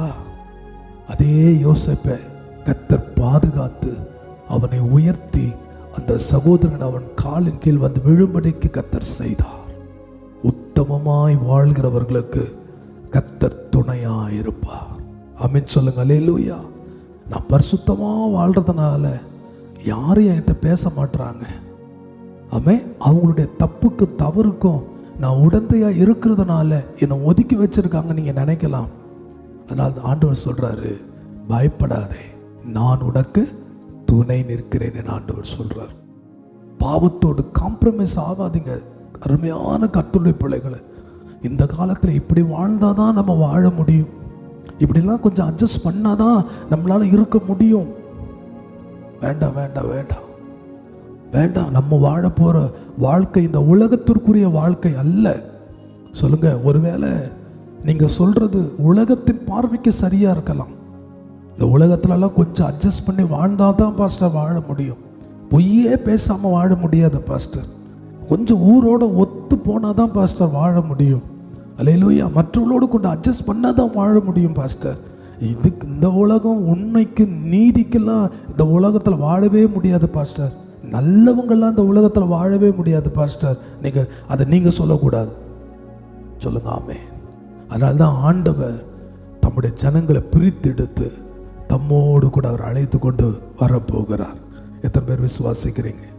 சொல்லுங்க அல்லேலூயா. சொல்லுங்க அல்லேலூயா. சிலர் பாருங்க, ஒன்றுமே இல்லாத, வேலை இருக்காது, வருமானம் இருக்காது, ஆனால் அந்த நேரத்தில் ஆண்டவர் மேலே அவ்வளோ பக்தியாக இருப்பாங்க, அவ்வளோ உண்மையாக இருப்பாங்க, அவ்வளோ உத்தமமாக இருப்பாங்க. ஆனால் கொஞ்சம் வேலை வந்து, கொஞ்சம் வருமானம் வந்து, கொஞ்சம் உயர்வு வந்த பிறகு அவங்க வாழ்க்கை பாருங்க வேற மாதிரி மாறிடும். ஒன்று சொல்லட்டுமா சகோதரா, இவ்வளவு தூரம் உன்னை உயர்த்தின என் ஆண்டவருக்கு உன்னை தாழ்த்துவதற்கு ஒரு நிமிஷம் போதாது, ஒரு செகண்ட் போதாது. புரிஞ்சுக்குங்க. எந்த சவுலை கர்த்தர் உயர்த்தினாரோ அதே சவுலை கர்த்தர் தள்ளினார் என்று வேதத்தில் வாசிக்கிறோம். தள்ளினது மாத்திரம் இல்லை, அவன் இடத்திற்கு தாவீதை கர்த்தர் கொண்டு வந்தார். ஜாக்கிரதை, நீ இருக்கிற பொசிஷன் கர்த்தர் உனக்கு தந்தது, நீ இருக்கிற நிலை கர்த்தர் உனக்கு தந்தது. உன்னை எவரையும் உயர்த்தவும் தாழ்த்தவும் அவராலே கூடும். சொல்லுங்க அல்லேலூயா. இன்னைக்கு ஜாக்கிரதை. முதலாவது சொல்றேன், ஒரு கர்த்தருடைய பிள்ளை பாவத்திற்கு எதிராக போராடும். சொல்லுங்க ஆமென். பாவத்துக்கு எதிராக போராடணும். கஷ்டம்தான், துன்மார்க்கர் மத்தியில் இருப்பது கஷ்டம்தான். ஆனால் ஜாக்கிரதையா இருங்க. தானியேல பாபிலோன் தேசத்திற்கு அடிமையாய் கொண்டு போனார்கள், அடிமையாய் கொண்டு போனார்கள். ஆனா இடம்தான் மாறுச்சே தவிர தானியேல் மாறவே இல்லை. சொல்லுங்க ஆமென். தானியேல் மாறவே இல்லை. அந்த முதல் அதிகாரத்தில் நீங்க வாசி பார்த்தீங்கன்னா, தானியேலோ வென்றார். அல்லேலூயா. ராஜாவின் போஜனத்தினால் தன்னை தீட்டுப்படுத்தலாகாது என்று இருதயத்தில் தீர்மானம் பண்ணினான். ஆமென். இடம் மாறின உடனே உன் வாழ்க்கை மாறக்கூடாது. சில பேர் பாருங்க, சபைக்குள்ள ஒரு மாதிரி இருப்பாங்க, வேலையில் ஒரு மாதிரி இருப்பாங்க, ரட்சிக்கப்பட்ட கர்த்தருடைய பிள்ளைகளுக்கு மத்தியில் ஒரு மாதிரி இருப்பாங்க, உலக மனிதர்களிடத்துல ஒரு மாதிரி இருப்பாங்க. அப்படி இருக்கக்கூடாது. சகோதரா சகோதரி, ஒரு கர்த்தருடைய பிள்ளை வாழ்க்கையில் முதலாவது பாவத்திற்கு எதிராக போராடணும். ரெண்டாவது எபேசியர் 6ஆம் அதிகாரம் 12ஆம் வசனத்தை நாம் வாசிப்போம். எபேசியர் 6:12 என்ன சொல்லுகிறது? ஏனெனில் மாம்சத்தோடும் இரத்தத்தோடும் அல்ல, துரைத்தனங்களோடும் அதிகாரங்களோடும் இப்பிரபஞ்சத்தின் அந்தகார லோகாதிபதிகளோடும் வான மண்டலத்தில் உள்ள பொல்லாத ஆவிகளின் சேனைகளோடும் நமக்கு போராட்டம் உண்டு. கவனிங்கள், மாம்சத்தோடும் இரத்தத்தோடும் அல்ல. ஆமென். மாம்சமும் இரத்தமும் ஒரு மனிதனுக்கு இருக்கிறது. அப்ப ஆண்டவர் தெளிவா சொல்றாரு, ஒரு மனிதனோடு மாம்சமும் இரத்தமும் இருக்கிற ஒரு மனிதனோடு உனக்கு போராட்டம் அல்ல, வான மண்டலங்களில் உள்ள பொல்லாத ஆவிகளின் சேனைகளோடு நமக்கு போராட்டம் உண்டு. வான்வெளியில் உள்ள தீய ஆவிகளோடு நமக்கு போராட்டம் உண்டு. சொல்லுங்க ஆமென். அல்லேலூயா. அங்க அழகா சொல்லுகிறது, வான மண்டலங்களில் உள்ள பொல்லாத ஆவிகளின் சேனை. நம்ம ஆண்டவராக இயேசு கிறிஸ்துவுக்கு ஒரு சேனை இருக்கிறது. அல்லேலூயா. அதுபோல இந்த உலகத்துல பொல்லாத பிசாசுக்கும் ஒரு சேனை இருக்கிறது. ஒரு நாள் 2 சேனையும் யுத்தம் நடத்தி அதுல கர்த்தர் ஜெயிக்கத்தான் போறார். சொல்லுங்க அல்லேலூயா. அப்போ ஒரு கர்த்தருடைய பிள்ளைக்கு இரண்டாவது பொல்லாத ஆவிகளுக்கு எதிரான ஒரு போராட்டம் உண்டு. சொல்லுங்க ஆமென். முதலாவது பாவத்திற்கு எதிரான போராட்டம், இரண்டாவது பொல்லாத ஆவிகளுக்கு எதிரான போராட்டம். இந்த உலகத்துல எப்படி நம்ம ஆண்டவரை பரிசுத்த ஆவின்னு சொல்றோம், தூய ஆவின்னு சொல்றோம், ஆமென். அதே மாதிரி இந்த உலகத்துல பொல்லாத ஆவின்னு ஒன்று இருக்கு, தீய ஆவின்னு ஒன்று இருக்கு. அதை நீங்க புரிஞ்சுக்கணும். அல்லேலூயா. நீங்க மார்க்கு சுவிசேஷம் 1ஆம் அதிகாரத்துல, மார்க்கு சுவிசேஷம் 1ஆம் அதிகாரத்துல 21 ஒரு சம்பவம் சொல்லப்பட்டிருக்கிறது. அதை வாசிக்க கேட்போமா? பின்பு கப்பர்நகூமுக்கு போனார்கள். உடனே அவர் ஓய்வு நாளில் ஜெபாலயத்திலே பிரவேசித்து போதகம் பண்ணினார். அவர் வேத பாரகரை போல போதியாமல் அதிகாரம் உடையவராய் அவர்களுக்கு போதித்தபடியினால் அவருடைய போதகத்தை குறித்து ஜனங்கள் ஆச்சரியப்பட்டார்கள். அவர்களுடைய ஜெப ஆலயத்திலே அசுத்த ஆவியுள்ள ஒரு மனுஷன் இருந்தான். அவன், ஐயோ, நசரனாகிய இயேசுவே, எங்களுக்கும் உமக்கும் என்ன? எங்களை கெடுக்கவா வந்தீர்? உம்மை இன்னார் என்று அறிவேன், நீர் தேவனுடைய பரிசுத்தர் என்று சத்தமிட்டான். அதற்கு இயேசு, நீ பேசாமல் இவனை விட்டு புறப்பட்டு போ என்று அதை அதட்டினார். உடனே அந்த அசுத்த ஆவி அவனை அலைக்கழித்து மிகுந்த சத்தமிட்டு அவனை விட்டு போய்விட்டது. கவனிங்கள், 23ஆம் வசனத்தில் அழகாய் சொல்லப்படுகிறது. அவர் ஜெப ஆலயத்தில் 21ஆம் வசனத்தில் ஆண்டவராக இயேசு கிறிஸ்து ஜெப ஆலயத்தில் என்ன பண்ணி கொண்டிருந்தார்? போதகம் பண்ணி கொண்டிருந்தார். அந்த ஜெப ஆலயத்தில் ஆண்டவர் இருக்கிறார். அந்த ஜெப ஆலயத்தில் இருக்கும் பொழுது 23ஆம் வசனம் சொல்லுகிறது, அங்கே ஒரு அசுத்த ஆவியுள்ள மனிதன் அங்கே இருந்தான். அல்லேலூயா. அந்த அசுத்த ஆவியுள்ள மனிதன் இருக்கும் பொழுது ஆண்டவராக இயேசுவை பார்த்தது சொல்லுது, ஆண்டவரே எங்களை வேதனைப்படுத்தவா நீர் இங்க வந்தீர் அப்படின்னு சொல்லி ஆண்டவரோடு பேசுது. அப்போ ஆண்டவர் சொல்றாரு, நீ பேசாமல் இவனை விட்டு புறப்பட்டு போ என்றார். 26ல் உடனே அந்த ஆவி அவனை விட்டு போய்விட்டது. நல்லா புரிஞ்சுதா உங்களுக்கு? 23 சொல்லுது, ஜெப ஆலயத்தில் ஒரு அசுத்த ஆவியுள்ள ஒரு மனுஷன் இருந்தான். எங்க இருந்தான்? சர்ச்சில் இருந்தான். சர்ச்சில் யாரு இருந்தது? அசுத்த ஆவியுள்ள ஒரு மனுஷன். புரிஞ்சுதா? சர்ச்சுக்குள்ள நான் வந்துட்டேன், பிசாசு சபைக்குள்ள வரவே முடியாது, எனக்குள்ள வரவே முடியாது அப்படின்னு நீங்க நினைக்கிறீங்க. ஆமென். பைபிள்ல இயேசுவை அவன் சோதிக்கும் பொழுது அங்க அழகா போடுகிறது, அவன் தேவாலயத்தின் உப்பரிகையிலே நின்று. ஆமென். புதிய ஏற்பாட்டில் நீங்க வந்தீங்கன்னா அவன் தேவ ஆலயத்தில் தேவனை போல அவன் உட்கார்ந்தான் என்று பைபிளில் வாசிக்கிறோம். பிசாசு எந்த ரூபத்திலையும் உங்களை வஞ்சிக்க முடியும் என்பதை மறந்துடாதீங்க. நம்ம ஆராதிக்கிற ஆண்டவராக இயேசு கிறிஸ்துவை போலவே வந்து பேசுவான். ஆமே. இயேசு கிறிஸ்துவை போலவே வந்து பேசுவான். அவன் தான் பொய்யனாச்ச. அவன் எந்த ரூபத்திலையும் யாரை போல வந்து பேசுவான். ஜாக்கிரதையா இருக்கணும், ஜாக்கிரதையா இருக்கணும். அல்லேலூயா.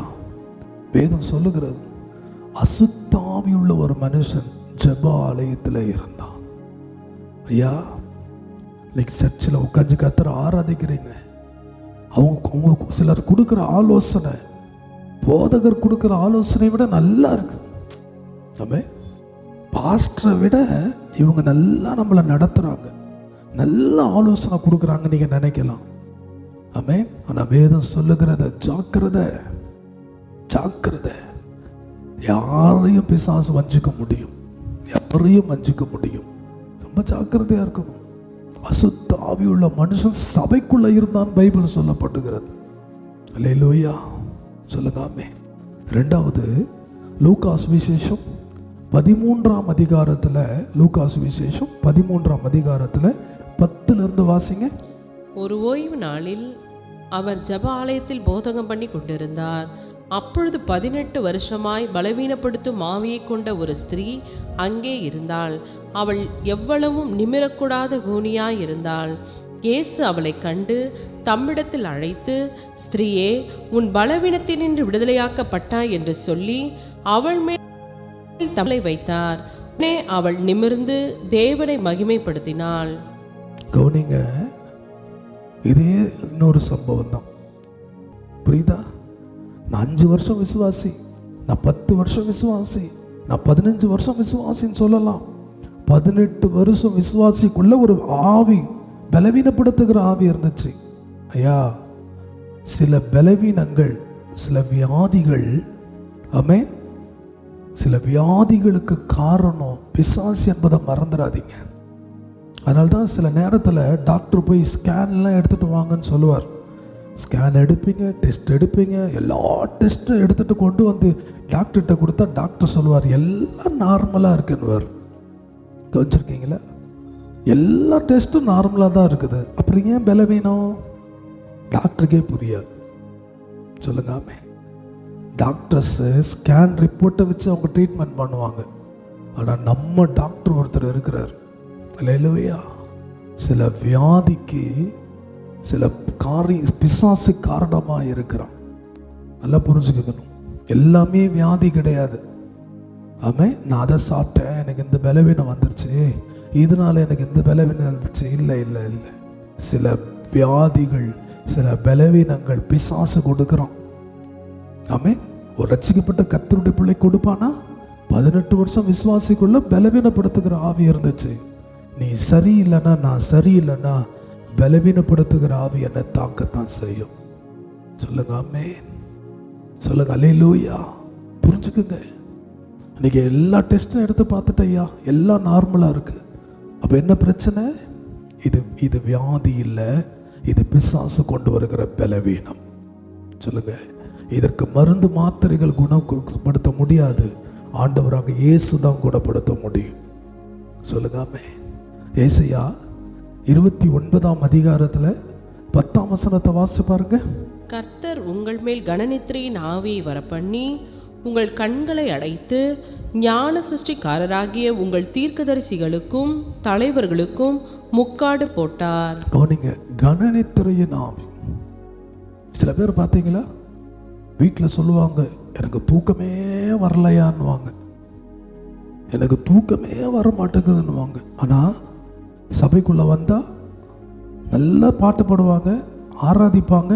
ஆனால் கர்த்தருடைய வார்த்தையை கேட்க உட்காரும் போது பார்த்தீங்கன்னா அங்கே பாஸ்டர் பிரசங்கம் பண்ணிக்கிட்டு இருப்பாரு, இவங்க இங்கே தூங்கிக்கிட்டு இருப்பாங்க. கவனிச்சிங்களா? கனநித்திரையின் ஆவி. பைபிளை எடுத்து வாசிக்கும் பொழுது டிவி மணிக்கணக்காக பார்த்தா தூக்கம் வராது, ஆனால் பைபிள் வாசிச்சா தூக்கம் வரும். கனநித்திரையின் ஆவி. அல்லேலூயா. புரிஞ்சுக்குங்க. சபைக்குள்ள வந்து உட்கார்ந்தாதான் தூக்கம் வரும், ஜபிக்க உட்கார்ந்தாதான் தூக்கம் வரும், ஆனால் மற்ற நேரத்துலலாம் தூக்கமே வராது. கனநித்திரையின் ஆவி. ஒரு கர்த்தருடைய பிள்ளை ரெண்டாவது போராட வேண்டிய ஒரு காரியம், பொல்லாத ஆவிகளுக்கு எதிராக போராடணும். சொல்லுங்க ஆமென். பொல்லாத ஆவிகளுக்கு எதிராக போராடணும். ஆமா, இன்னைக்கு ஒவ்வொரு கர்த்தருடைய பிள்ளைகளுடைய வாழ்க்கையில மறைவாய்க்கிரியை செய்கிறது. மறைவாய்க்கிரியை அதான் ஆண்டவர் சொல்றார், வான மண்டலங்களில் உள்ள கண்ணுக்கு தெரியாத ஆவி, ஆனால் ஆவிக்குரியவன் எல்லாவற்றையும் நிதானிக்கிறான். ஆமென், சொல்லுங்க அல்லேலூயா. ஸோ பொல்லாத ஆவிகளுக்கு எதிராக ஒரு கர்த்தருடைய பிள்ளை போராடணும். கடைசியாய் ஒரு காரியத்தை பார்த்து முடிப்போம். ரோமர் 15ஆம் அதிகாரம், அப்போஸ்தலனாகிய பவுல் ரோமருக்கு எழுதின 15வது அதிகாரம் 31, 32 2 வசனங்களை வாசிப்போம். யூதேயாவில் இருக்கிற அவிசுவாசிகளுக்கு நான் தப்புவிக்கப்படும்படிக்கும் நான் எருசலேமில் உள்ள பரிசுத்தவான்களுக்கு செய்ய போகிற தர்ம சகாயம் அவர்களால் அங்கீகரிக்கப்படும்படிக்கும் நீங்கள் தேவனை நோக்கி செய்யும் ஜெபங்களில் நான் போராடுவது போல நீங்களும் என்னோட கூட போராட வேண்டுமென்று நம்முடைய கர்த்தராகிய இயேசு கிறிஸ்துவின் நிமித்தமும் ஆவியானவருடைய அன்பின் நிமித்தமும் உங்களை வேண்டிக் கொள்ளுகிறேன். 32ஆம் வசனத்துல சொல்றாரு, நீங்கள் தேவனை நோக்கி செய்யும் ஜெபங்களில் நான் போராடுவது போல நீங்களும் என்னோடு கூட போராட வேண்டும். கவனிச்சீங்களா? மூன்றாவது, ஒரு கர்த்தருடைய பிள்ளை ஜெபத்துல போராடணும். ஜெபத்துல போராடணும். அவர் சொல்றாரு, நான் அவிசுவாசிகளுக்கு தப்புவிக்கப்படும் அடிக்கி. இன்னைக்கு ரட்சிக்கப்பட்ட ஒரு கர்த்தருடைய பிள்ளைக்கு எங்க எதிர்ப்புன்னு சொன்னா ரட்சிக்கப்படாத மனிதர்கள் இடத்துல தான்.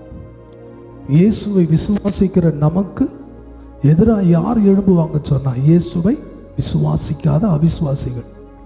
அதனால தான் நீங்கள் வேலை செய்கிற இடத்துல நீங்கள் ரட்சிக்கப்பட்ட கர்த்தருடைய பிள்ளை இருப்பது நிமித்தம் அங்கே ரட்சிக்கப்படாத அவிசுவாசிகளுக்கு எதிராக எழும்புவாங்க, எதிராக பேசுவாங்க. அல்லேலூயா. அவர்கள் கைக்கு நாம் தப்புவிக்க வேண்டும் என்று சொன்னால், நான் தேவனை நோக்கி செய்யும் ஜெபத்துல நான் போராடுவது போல. பவுல் சொல்றாரு, என்ன சொல்றாரு? நீங்கள் தேவனை நோக்கி எப்பெல்லாம் ஜெபிக்கிறீங்களோ அந்த ஜெபத்துல நான் போராடுவது போல நீங்களும் போராடணும். ஜெபம் என்பது ஏதோ அழகா ஃபேனை போட்டுக்கிட்டு ஏசியெல்லாம் வச்சுக்கிட்டு நல்லா நல்லா நல்லா உட்காந்துக்கிட்டு ஃப்ரீயாக காலை நீட்டிக்கிட்டு அப்படியே ஜெபிக்கிறது இல்லை. ஆமே, சில பேர் பாருங்க, நல்ல வசதி வாய்ப்புகள் இருந்தால் தான் ஜெபம் பண்ணுவாங்க. அப்படி கிடையாது. ஜெபம் என்பது ஒரு போராட்ட களம், மறந்துடாதீங்க. ஜெபம் என்பது ஒரு போராடுற களம். அதில் போராடி தான் நம்ம ஜெபம் பண்ணணும். இன்னைக்கு உலகத்தில் இன்னைக்கு இருக்கிற பிரசங்கம் என்ன தெரியுமா? இயேசு எல்லாத்தையும் சிலுவையில் செஞ்சு முடிச்சிட்டார். நம்ம ஜெபிக்க வேண்டியது அவசியம் இல்லை, நம்ம போராட வேண்டியது அவசியம் இல்லை. ஏசப்பா எல்லாத்தையும் கொடுத்துட்டாரு, நீ எடுத்துக்க வேண்டியதுதான் அப்படின்னு சொல்றாங்க. ஆமென். ஆண்டவர் என்ன சொன்னாரு? லூக்கா 18:1 சொல்றாரு, நீங்கள் சோர்ந்து போகாமல் எப்பொழுதும் ஜெபம் பண்ண வேண்டும். ஆமென். ஜெபிக்க முடியாத ஒரு சோர்வு வரும், ஆனாலும் நீங்க என்ன பண்ணுங்க? ஜெபிங்க. 1 தெசலோனிக்கர் 5ஆம் அதிகாரத்தில் வாசிக்கிறோம், நீங்கள் இடைவிடாமல் எப்பொழுதும் ஜெபம் பண்ணுங்கள். அல்லேலூயா. ஒருவர் துன்பப்பட்டால் ஜெபம் பண்ண கடவன். போராடணும், ஜெபத்தில் போராடணும்.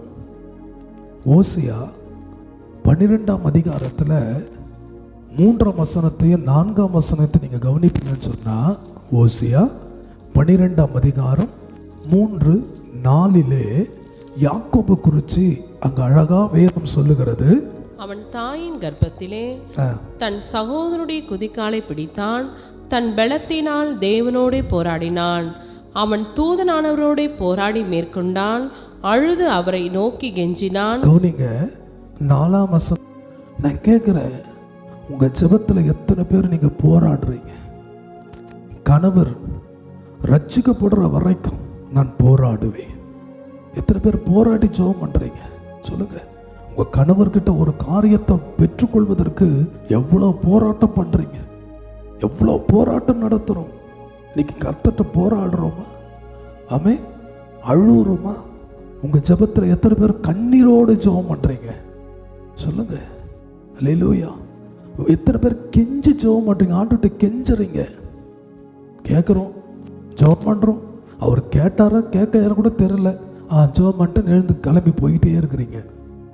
அல்லேலூயா. சகோதரி, உன் கணவருடைய ரட்சிப்புக்காக நீங்க தான் தேவ சமூகத்தில் போராடணும், நீங்க தான் அழுகணும், நீங்க தான் கெஞ்சணும். அல்லேலூயா. உன் குடும்பத்துக்காக நீங்க தான் போராடணும். அல்லேலூயா. யோசிச்சு பாருங்க. ஆதியாகமம் 32ஆம் அதிகாரத்தின் துவக்கத்தை பார்த்தீங்கன்னா, ஏசா 400 பேரோடு யாக்கோபை துரத்திக்கிட்டு வரான். யாக்கோபு ஒரு குறிப்பிட்ட இடத்துல இருக்கிறாரு.